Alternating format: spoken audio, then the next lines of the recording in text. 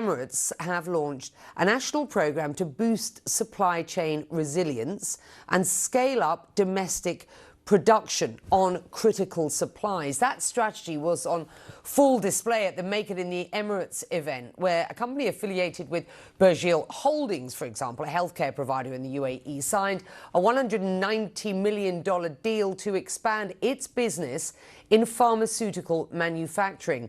I spoke to Burjeel's CEO, Dr. Shamsheer Vayalil, about whether that can help close the gaps left by this conflict. Have a listen.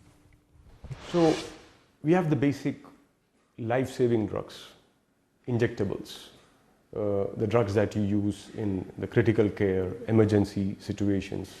So mostly life-saving drugs, oncology, cancer-related drugs, blood-related products, which are difficult to procure and which are manufactured globally in small quantities.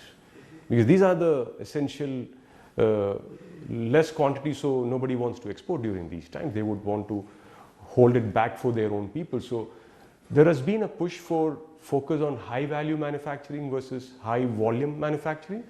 And that's a big shift from previous days where it was just generics that we were focusing on, which is much easier to procure because there are a lot of manufacturers. Every year we do close to 10 million blood tests. So that's pretty much of a significant volume of the lab tests that we do. So we also have good sequencing labs. We do the full panel sequencing. A lot of capability we have developed. So that is what we are trying to do, is more specific tests related to clinical trials. So that's what is bringing us the edge on others, is to do tests that are not normally done locally. So that's also what I mean by bringing more capability on the ground. And then we are seeing that it's going to be an export quality health that we want to build, which can be scaled.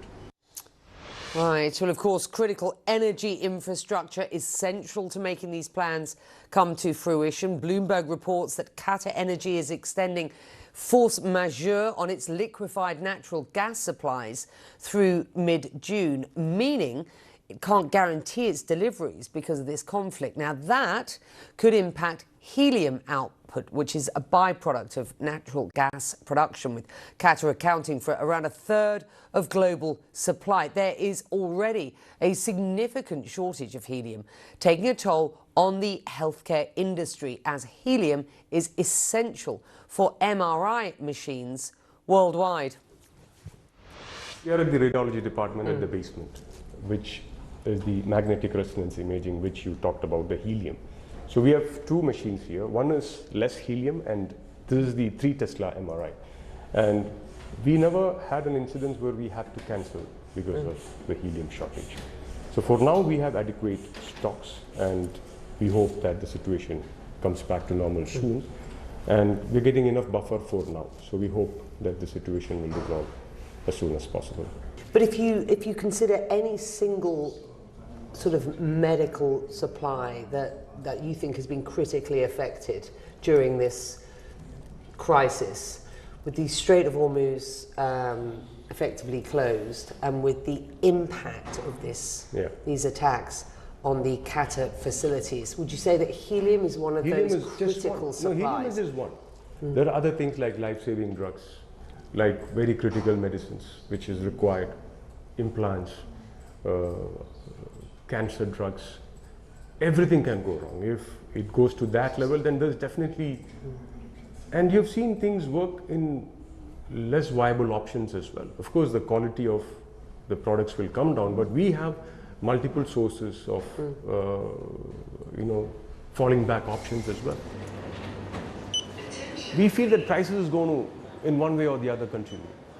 I don't think there's ever going to be a normalcy like what we used to see. What we used to see once in 10 years is now being seen every year, and even more so. So it's always about that optimism side of things, because healthcare is a critical infrastructure. No matter what, people will need healthcare, and times like these, we need more healthcare. CEO of Burjeel Holdings. Well, you're watching Connect the World from our Middle East programming headquarters here in Abu Dhabi.